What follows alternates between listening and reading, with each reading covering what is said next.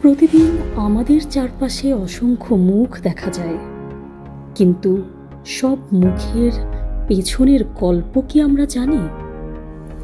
সংযুক্ত মানুষের কথা আপনাদের শোনাবে এমনই কিছু মানুষের জীবন থেকে নেয়া না বলা গল্প। আজকের গল্প ঢাকার কামরাঙ্গীচরের এক বৃদ্ধা সাহেরা খাতুন। তার বয়স প্রায় ৬৫। একসময় সেলাই করে সংসার চালাতেন। একটা পুরনো সেলাই মেশিনে ছিল তার একমাত্র সহায়। মেয়ে এই মেশিনটা আমার স্বামী কিনে দিয়েছিল ৩৫ বছর আগে।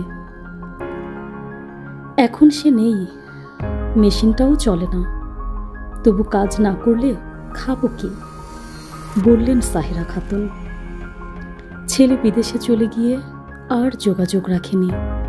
একা মানুষ, ছোট একটা ঘরে কাটে তার দিনরাত্রি।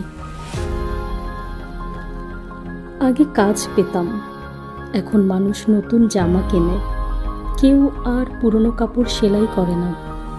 বিকেলে এক কাপ চা খাওয়ার টাকাটাও থাকে না কখনো কখনো। একটু চুপ করে থাকেন, তারপর চোখ নামিয়ে বলেন, আল্লাহ বোধহয় আমাকে ভুলে গেছেন।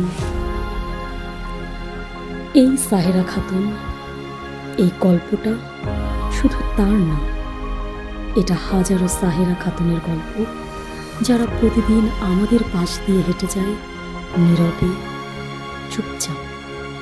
তাদের জন্য কেউ থামে না, কেউ ভাবেও না।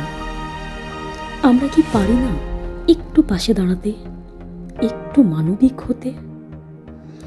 সংযুক্ত মানুষের কথা, সংযুক্ত থাকুন হৃদয়ের টানে। নিউজ ডেস্ক, সংযুক্ত।